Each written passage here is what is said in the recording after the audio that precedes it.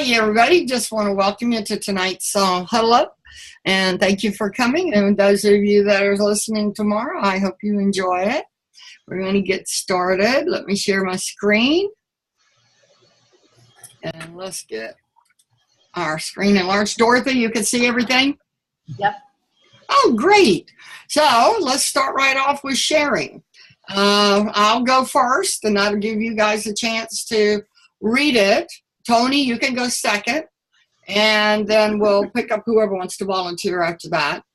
And the part of the challenge that speaks to me the most is the accountability. That's clearly what happens when I get in a challenge. My whole mindset changes because of everything you're doing on a daily basis is a constant reminder of the best way to achieve what it is we're all trying to do.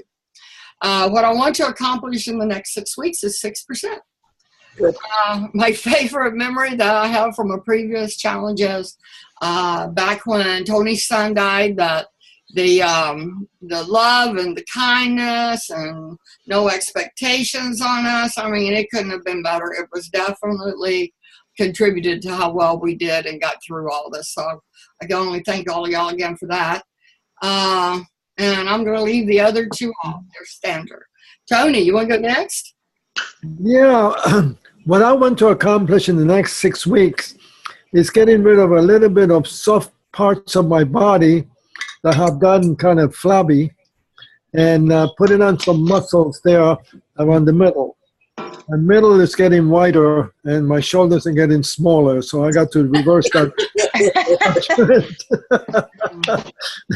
That's what I'm looking for in the next 6 weeks. I liked your joke today. You made me laugh. Yeah. They always make me laugh. Don, you want to go next? Sure.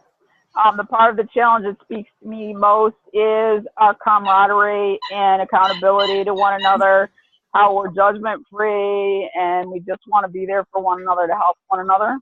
Amen. What I want to accomplish in the next 6 weeks is at least 6% weight loss, and if by the grace of God I can tone some of this muscle, that would be wonderful also. Tony, if you want to do what you're saying and you're interested, I can give you some core strengthening exercises that are really simple to do.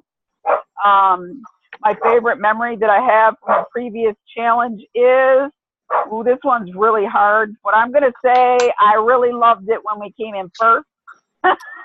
That was last time, yes. Yeah, well, and the time we did one other time. Yes, yeah. We've been, and all the rest has been second. You're absolutely right. Yeah. What I'm most grateful for today is I can talk. I'm breathing at this time. Mm-hmm.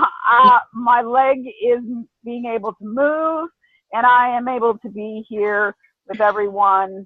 I am extremely blessed, and I thank God for carrying me along like He does. Amen. Today, I want to share most is, here we go, I'll bring it up, is that how important it is, I think, that everybody make sure that they measure all of those.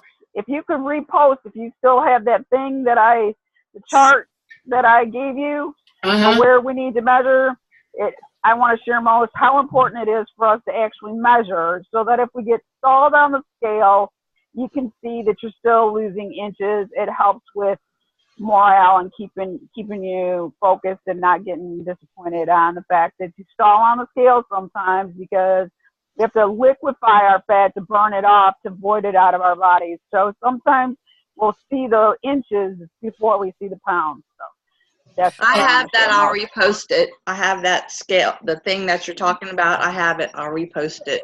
Thank you very much.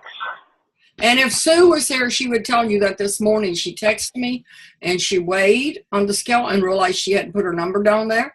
So she went back to the computer, got her number, put it down there, and she had put on like 0.2 of a pound. So that's why you need measuring.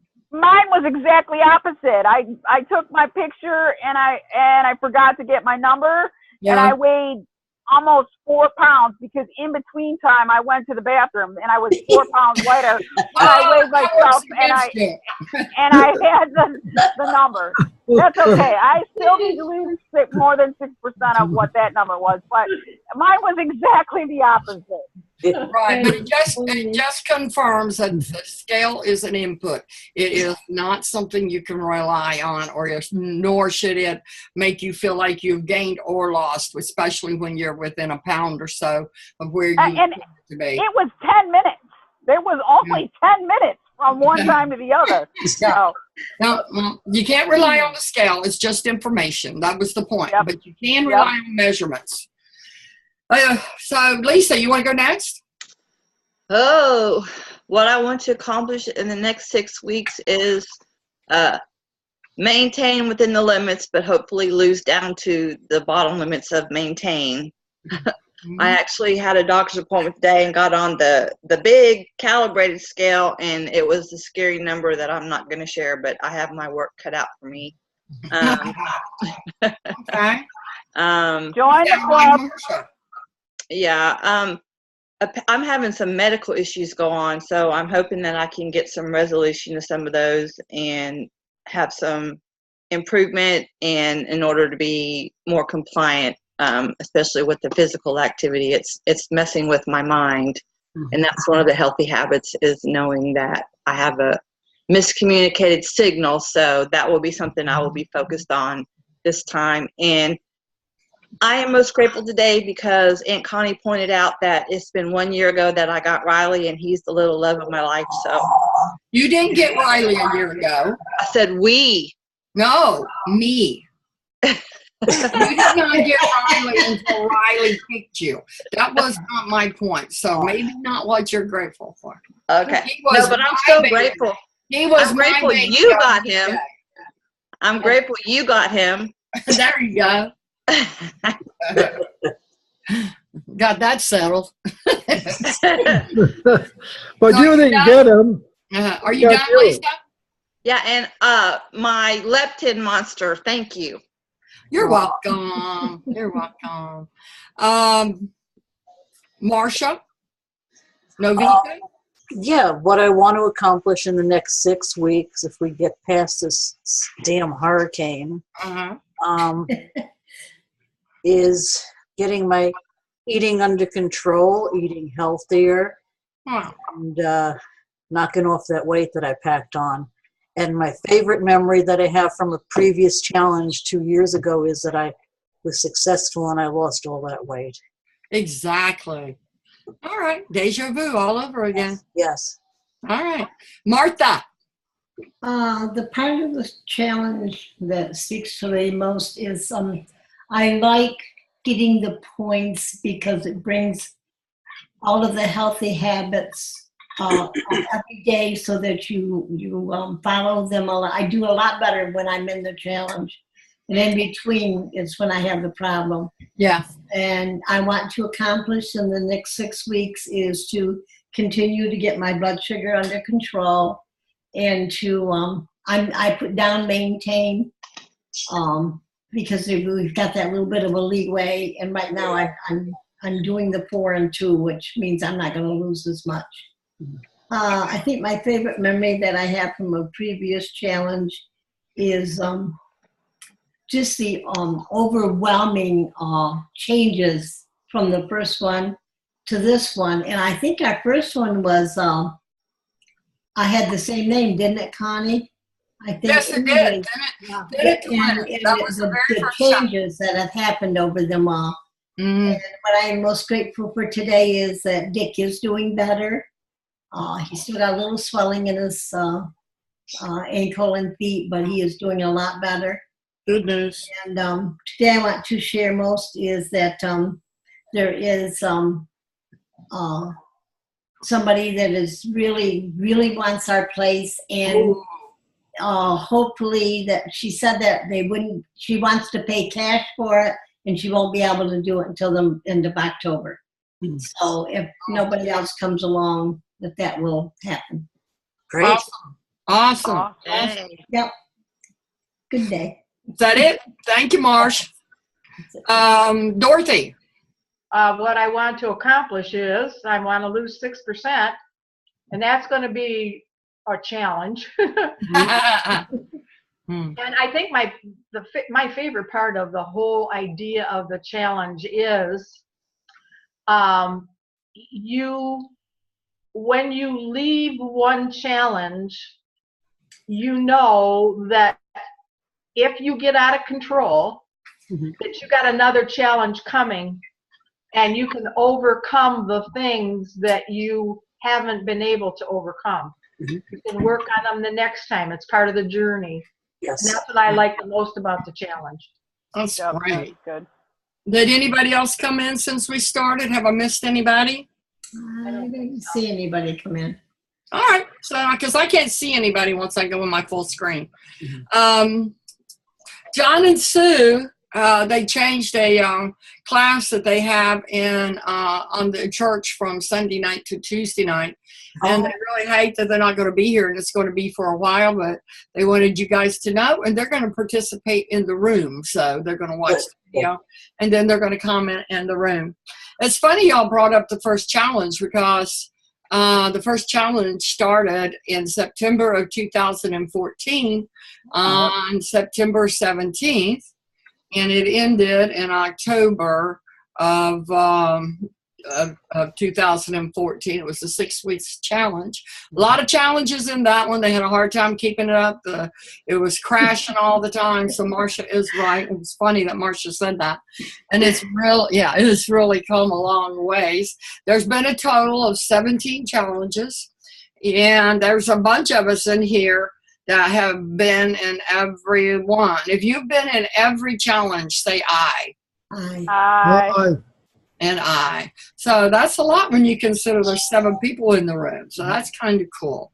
And it's a win-win for all of us. You know, we learn how to have a healthier life. We lose weight, then we have that time in between, and then we have to come back again. But it's like Marcia said, that we always know it's coming back to us. Have you weighed in yet? Yes, no? Yeah. Yep. Okay. The weigh-in date started on September 2nd, but you've got up to the 17th of September. But there is something going on with weighing in. You're going to be into some kind of drawing if you weigh in now. I didn't really get all the details on it. I just saw them announcing that. But they're encouraging people to weigh in as soon as possible. And I think that the date that it cuts off in terms of qualifying for whatever that prize is. Huh? Who commented? Oh, okay. Did anybody else read that about weighing in and being put into a drawing? No, I didn't see that. Okay. It is. We've got about half the room weighed in, but if you haven't weighed in yet, go ahead and weigh in. You may get picked. Who knows? Weigh out starts on October 13th and goes through the 17th, even though the challenge itself is over with on the 15th. And the last day you can invite, so it's not too late to invite, is the 17th of September. And let's see what we got next. Dorothy! Dorothy's going to tell us what energy density is and how we calculate it. Are you ready, Dorothy? I'll try. All right, here we go. I still have a problem with this. Okay, energy dense foods. What does the term energy density mean, and why are so many nutritionists beginning to use it? Energy density relates to the number of calories per unit of measure, whether that unit is a gram, an ounce, or a bite. Foods that are energy dense have a high concentration of calories per bite. In low energy dense food, the calories are diluted by water and often fiber, so there are fewer calories in the same size bite. If you are trying to lose or maintain weight, understanding energy density can be very useful. Let's say you usually take 20 bites of food before feeling full. If you choose energy-dense foods, those 20 bites will deliver a hefty load of calories before you feel satisfied. If you choose low energy-dense foods, the same 20 bites will deliver fewer calories, but the same sense of satisfaction. Energy-dense foods are often processed foods. Food processors need products that ship well, have a long shelf life, are easy to prepare, and entice you with an intense taste. To produce these characteristics, they often dry out foods, pulverize or remove fiber, cook foods in fat, and or add large amounts of sugar or fat. Consider what happens to a potato to turn it into a potato chip. Common processed foods that are energy dense are packaged snack foods, frosted cakes with fillings, cookies and candies. Traditional fast foods such as cheeseburgers, fried chicken, and French fries, and bakery items such as donuts are famous for their energy density. Low energy dense foods, in contrast, tend to be moist or juicy. They often have a high percentage of fiber, which retains their natural water. Most vegetables, fruits, and legumes are examples of low energy dense foods. Other plant foods like nuts and dried fruits, however, are energy dense. Nuts are loaded with healthy fat, but even healthy fat has lots of calories per bite. Therefore, nutritionists suggest we eat these foods in moderation. The general recommendation is that the Americans should stop making high-fat meats, fatty dairy products, and processed foods high in fat and sugar the mainstay of their diet. Tip the balance scales in the other direction by eating more vegetables, fruits, beans, and whole grains. Lean meat and fat-free dairy products are also part of a healthy diet. Reduce the amount of high-fat cheeses and dressings, processed meats, and processed snack foods. Interesting. Step 1, find the weight in grams of a serving of food. To do this, you look on your food label where the gram weight is usually listed in parentheses next to the serving size. Step 2, look on the food label to find the calories in the serving of this food. Step 3, determine the energy density by dividing the calories by the weight in grams. Now, this is a comparison of eating foods that are worth 500 calories in your stomach. You see how little oil is 500 calories. Cheese, nuts, and butters is the next one. Potatoes, rice, and beans. Lean meat and fish. And look how full you can feel if you eat the fruits and veggies, which are the low density. Wow. I know this is great. When Dorothy told me about this, it's changed my life. I'm sorry, Dorothy, go ahead. That's fine. And this is, for those of you who already know about using the glycemic index, these foods are really not the glycemic index. These are the opposite. This is when you've lost your weight and you want to be paying attention to what's going to be good for you, and you're not looking at the glycemic index. Eating low energy dense foods, fewer calories consumed than when eating high energy dense foods, but feeling equally full. For 2 days, researchers provided meals and snacks for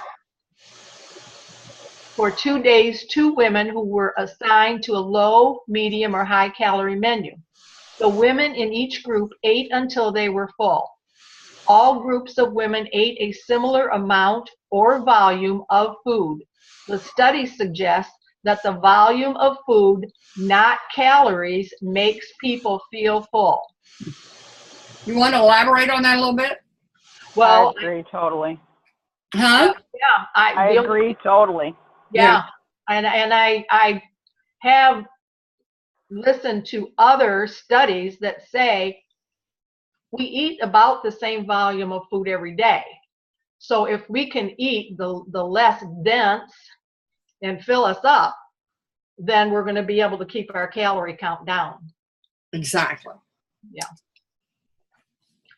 And energy density recommendations, and these are groups who are talking about this. And in England, they actually put the energy density on their nutrition labels on their food in the store.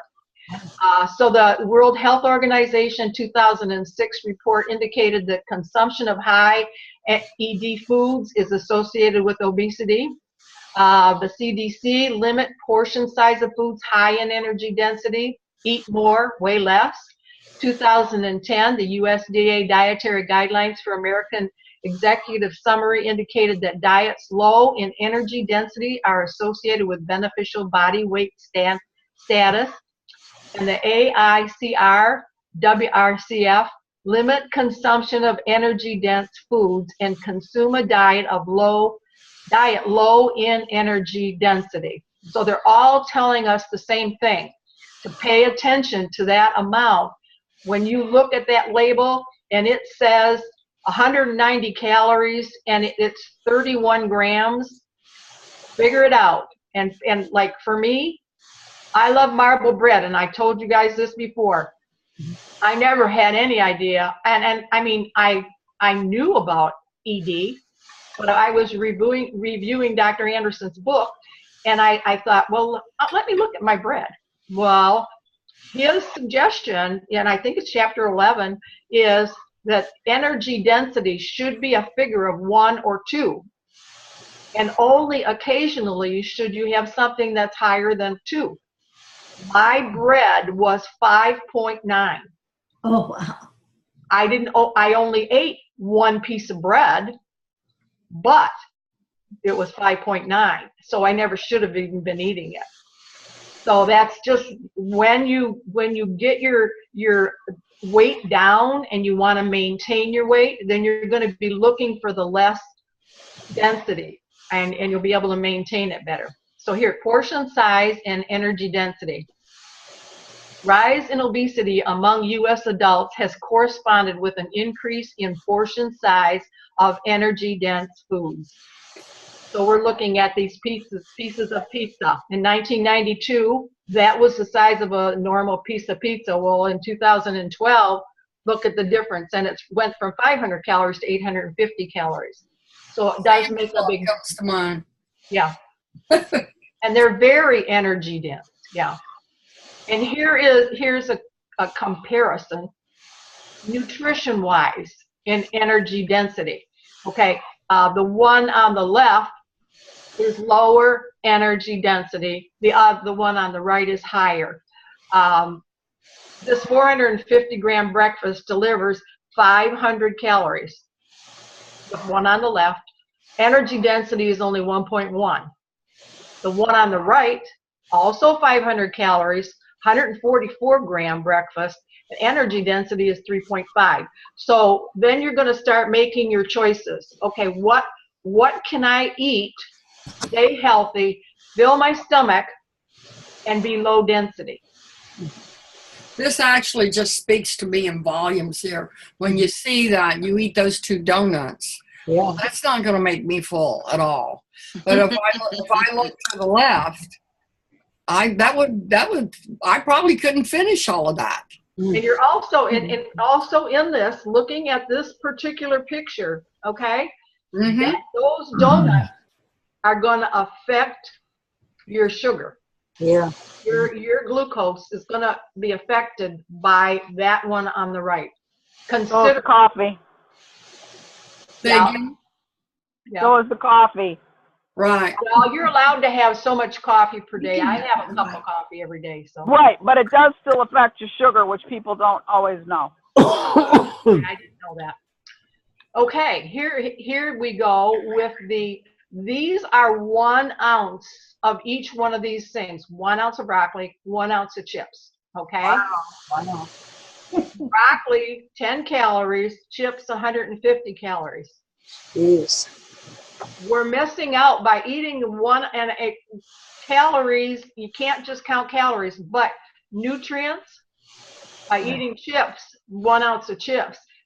Instead of the broccoli, you're missing out on the nutrients, the sodium, the calcium, the potassium that's in broccoli by eating 1 ounce of your potato chips. You know, we are an overfed nation that is undernourished. They talk about it all the time. And that picture speaks to me on that as well. It would be cool if we could see a baked potato too, because the amount of calcium and potassium would be totally different. You want me to put that? I'll put that next week. Like a baked potato, I think it's gonna be a little bit different. because there is nutrients in a baked potato or say a baked sweet potato. Yeah, we could play with. That's a good point. Yep. Dietary energy density is associated with increased risk for disease, obesity, type 2 diabetes, and various cancers. And it all goes to that being overweight. Okay. Tony, you're going to mute? There he goes. Go ahead, guys. Okay, this is a nutrition facts panel on a package of fat-free chocolate pudding on the top, and that is 1 container and 100 calories, and 110 next to the serving size is that 110 grams. So to get the energy density, you're going to take the 100 calories divided by the 110 grams, and that's going to be less than 1. It's less than 1. It's 0.9, okay? And an extra large bar of chocolate, which has a much higher energy density because of less moisture and more fat, provides more than twice as many calories per serving than the fat-free chocolate pudding. It's important to note that many foods, such as this extra large candy bar, contain more than 1 serving in a package. So if you see, serving size is 1 bar. But if you ate the whole thing, there's really 2 servings in there. And there's 460 calories. It's 460 calories if you eat the whole bar, okay? So, but 1 serving would be the 230 divided by 45. The energy density of that candy is 5.1, almost as much as my bread. If you ate 1. If you ate 1. 1 serving. So you're talking about 10.2. And 460 calories if you eat the whole bar. Absolutely, yes. Yeah. Okay. So this is where, when you reach your goal, or depending upon what program you're on, you can pick and choose less dense foods to get to where you want to be or to maintain where you want to be. Excellent. Yeah. Okay, nuts. Energy dense foods. Nuts have always been said to be the perfect snack. They are the great source of protein, unsaturated fat, fiber, minerals, and vitamins. However, fat accounts for up to 50% the weight of nuts, making nuts a top-ranked, high-calorie dense food. Should you eat nuts during weight loss? Well, if you're going to eat a few, 150 calories of nuts is 26 grams. The energy density is 5.8. And what is this? Is this tomatoes? Yes, looks like it. Looks like tomatoes. 150 calories is 930 grams. Energy density of 0.2. So your snack could be a lot of tomatoes. That looks like your point that you made just a minute ago, Dorothy, about you're into weight loss or you're into maintenance. If you look at this right here, it doesn't matter what you're using to lose weight. This is a perfect example of how you could sabotage yourself. Oh, without even knowing. Without even knowing. I mean, I'm a perfect example because my favorite bread is marble bread. I don't eat marble bread every day. I was going by the maintenance 1,500 calories, but in that I could have had less calories in a different kind of bread, and it makes a big difference. Yeah, it's a new thing. It's something to consider for sure.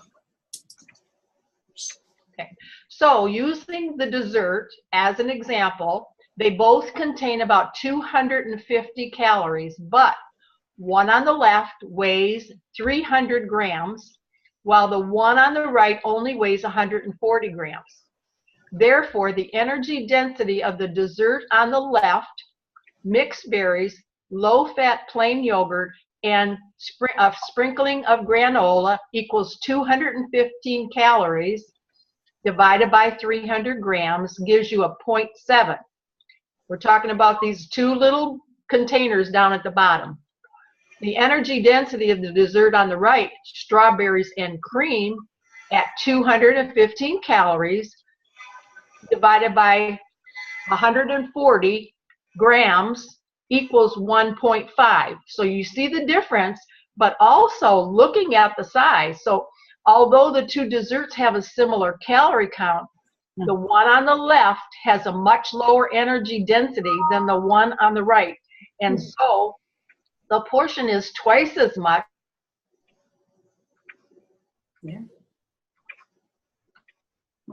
than as the other dessert. 0.6. And low energy density foods are 0.6 to 1.5. Medium energy density foods, 1.5 to 4. And high energy density foods are more than 4. It's better to base the diet around foods that are low or very low in energy density, to consume moderate amounts of some medium energy density foods, and consume higher energy density foods in small amounts and less often. So you see, in this dessert alone, you're going to get twice as much volume, same amount of calories, and the only difference is what you're using to prepare it. And you can do that with all of your favorite things. Right. I have an example in my head that I'm thinking that we'd have to check on, but the steel cut oats that I brought you to eat when I was up there, in comparison to instant oats, there's going to be a huge difference between that, because your body has to work way harder to break down steel cut oats than it does for instant oats. I'd love to see. I don't know what the comparison is, because I get my steel cut oats from the Amish, so there's no packaging stuff on it, but I'm pretty positive that we could find out online. I'm pretty positive that would be the big difference. Yeah. Dorothy, I wrote down baked potato and the steel cut oats. Yeah. And let's have just a little section, and you can do it each week with educating us on different foods. You want to? Well, we can sure try it. Yeah, we'll let you do that. Okay. Just want to say thank you, Dorothy. What do you think, guys? That was great. Mom. That was great. Very informative. Yeah. It's going to make a difference in how I look at food. So last week we discussed the dry skin brushing. Has anyone been doing it? Yeah. I would if I had my brush. Yeah. I had my brush. I've had my brush so long it's starting to crack. Yeah. Is it the one I got for you and Dad, or no? No, this is a different one. This I bought at Myers. Oh, okay. Where is the one that you got for us? I've been using it every day, and I'm getting to feel so soft. It feels good. It feels like you're important.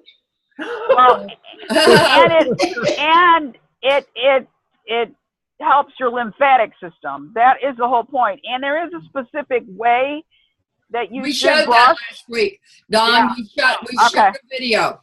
Yeah. All right, because I didn't get to see it. I know. Oh, and I didn't post it either. I should post it so you could watch it. I used to do this to my patients and clients. I would have them either buy their own brush, or I had a brush that I sanitized or whatever. But I started a lot of massages with this, and then taught them you should do it just before you get in a hot shower. And circulation. It's good for circulation as well. Absolutely. But that's what your lymphatic helps with. They're kind of tied together. Yeah, Don, we missed you when we talked about ghrelin and leptin. So next week we're going to tie in insulin to all of this and finish up our series on the hormones, the control of the food intake, the expenditure and the intake, and we're going to continue to look how our bodies operate so we can better control what it is we're actually trying to do. Yeah, that's so let's exit here. Insulin needs to be a cotton candy creature. Huh? Insulin needs to be a cotton candy creature. Oh, okay. There you go. That's funny. So I want to say thank you to Connie, because there is no way that I could have done all of that without Connie, because I don't know how to do that kind of stuff. And that really helped me to do my presentation. Thank you. And I did. I got all of that from you because you told me all that. So when I was seeing it, it was really easy to accumulate that. So thank you, Dorothy. I really do appreciate it. Do we have Teamwork makes the dream work. That's right. Does anybody have any discussion, questions, or anything on that before we go to our other lesson? Because we have to end the recording before we do our happiness lesson. Does that I mean no love more the cream cheese lesson in and grilling. bagels? Yeah. What'd you say, Tony? Does that mean no cream cheese and bagels? No You know, cream cheese and Bob, you bagels. can, if you count it, Yeah. if you know your limits, Yeah. that's what it's all about. It's all about the journey of learning. Yeah. Right. Look at Tony's nose. Turn sideways, Tony. Good. I noticed that. He Look, got his stitches out today. It does. They did a great job. they did a good Excellent. job. Good. Okay, so I'm going to stop recording.